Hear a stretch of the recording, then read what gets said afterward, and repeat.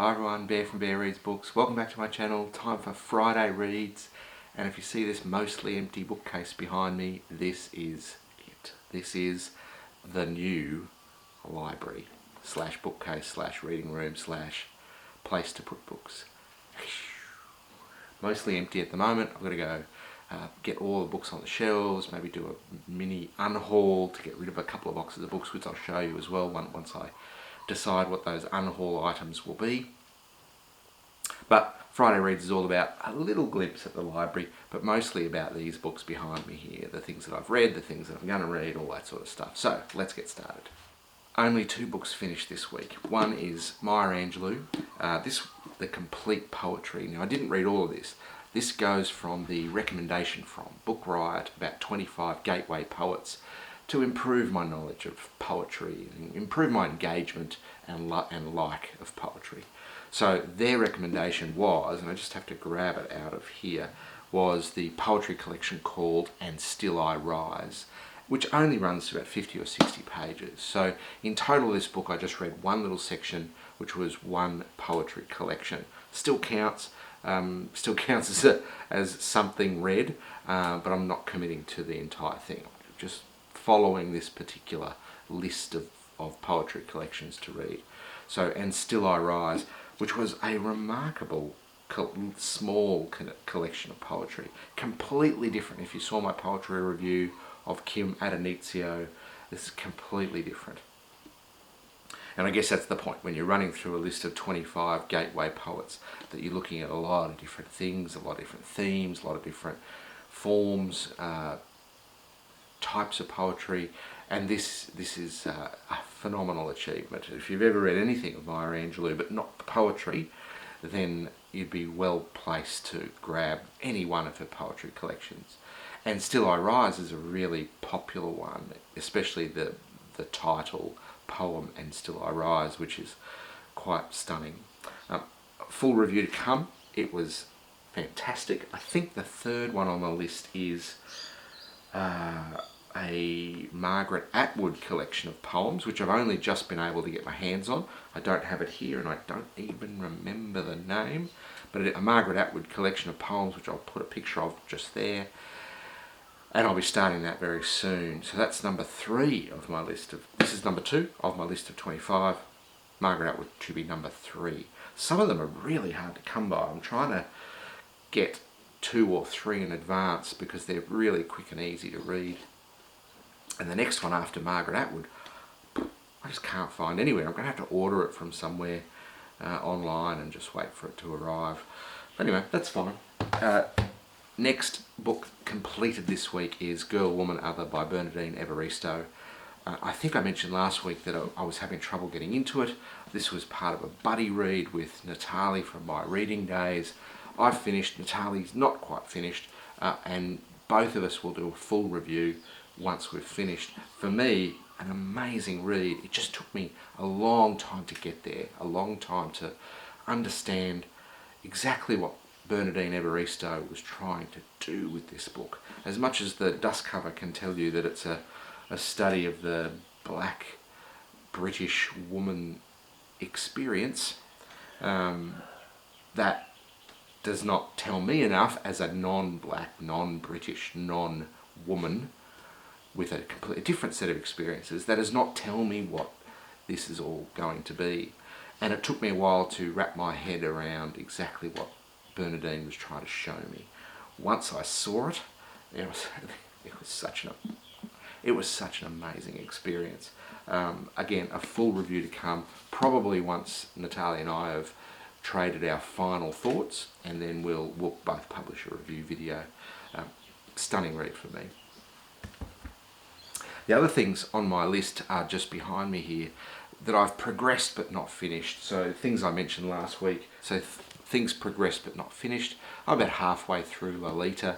It's as difficult and as challenging in subject matter as I mentioned last week. Ducks, I've progressed just a little bit, still in double-digit pages, so I still haven't quite got to page 100. It's very slow going, still really enjoying it though. It's slow going because I've committed to other books at the same time. It's not slow going because I'm not enjoying it. And David McCulloch's The Pioneers, not usually a period of non-fiction that I read. So again, going quite slowly, but it's really engagingly written, which I like.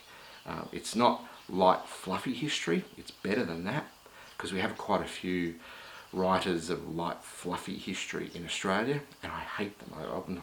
Hate is a very strong word. We have quite a few writers of light, fluffy fiction in Australia, and I just don't find them engaging enough, or they don't look into a topic deep enough. But this seems really good. I'm really enjoying it. And two books that I've grabbed from the library at the moment. One I spoke about in the Choose the Year book tag, where I chose the year of my birth, 1972. And if you remember, one of the things that I found quite strange on there was the amount of really famous authors that were on that list that I had never read, like Robert Ludlum and a lot of really popular mass market genre authors that I just never picked up a book of, and I want to rectify that. And one of them I found at the library, Louis L'Amour, a little Western book. This one's called The Outlaws of Mesquite, and that's what he looks like. I had no idea what he looks like, so there's Louis L'Amour there. Haven't started reading it yet. I just got to clear out a few other things from my currently reading list before I start reading Louis L'Amour. I can't imagine it's going to be a difficult read, but I'm going to give that a shot. And because there was a few authors like Louis L'Amour and Robert Ludlum and a few others that were on that Choose the Year book tag that I really wanted to cover off in 2020. So as I find them, as I get time or a space in my current reading list, I'll pick one up. First one being Louis L'Amour. American history has really started to intrigue me, based on David McCulloch, based on a couple other things I read at the end of last year, and this has been on my radar for a little while, and it came up at the library and I've grabbed it. I'm not sure if I'm going to get to it, just because I've got other things again that I need to get off my current reading list before I pick this up. It is certainly bigger than David McCulloch's book, but I'm guessing just as engaging. It's something that I've heard a lot about since it's come out, and it's The Heartbeat of Wounded Knee, Native America from 1890 to the Present by David Truer. Beautiful cover, and it's a part of history that I have almost no knowledge of. I have a little bit of knowledge of American history, but it's that statehood, nationhood type history, not the expansion west like the pioneers, David McCulloch, and not American Indigenous history like this, The Heartbeat of Wounded Knee. So I'm really looking forward to those. I just have to find a space to get them into my current reading list, which is the challenge at the moment. So that's it for Friday Reads. It's been a busy week. I've progressed everything that I've got.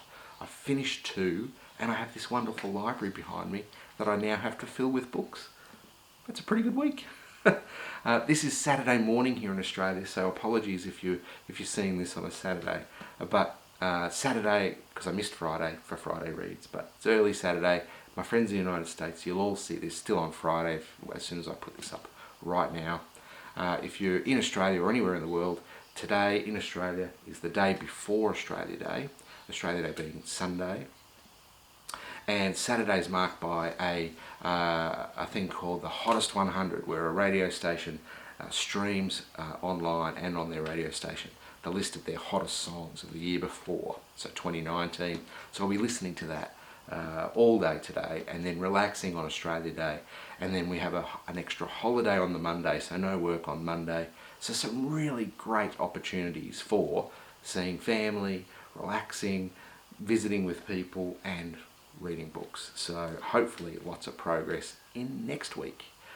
Enjoy your week, everyone, wherever you may be, and we'll talk to you again soon. Thanks. Bye.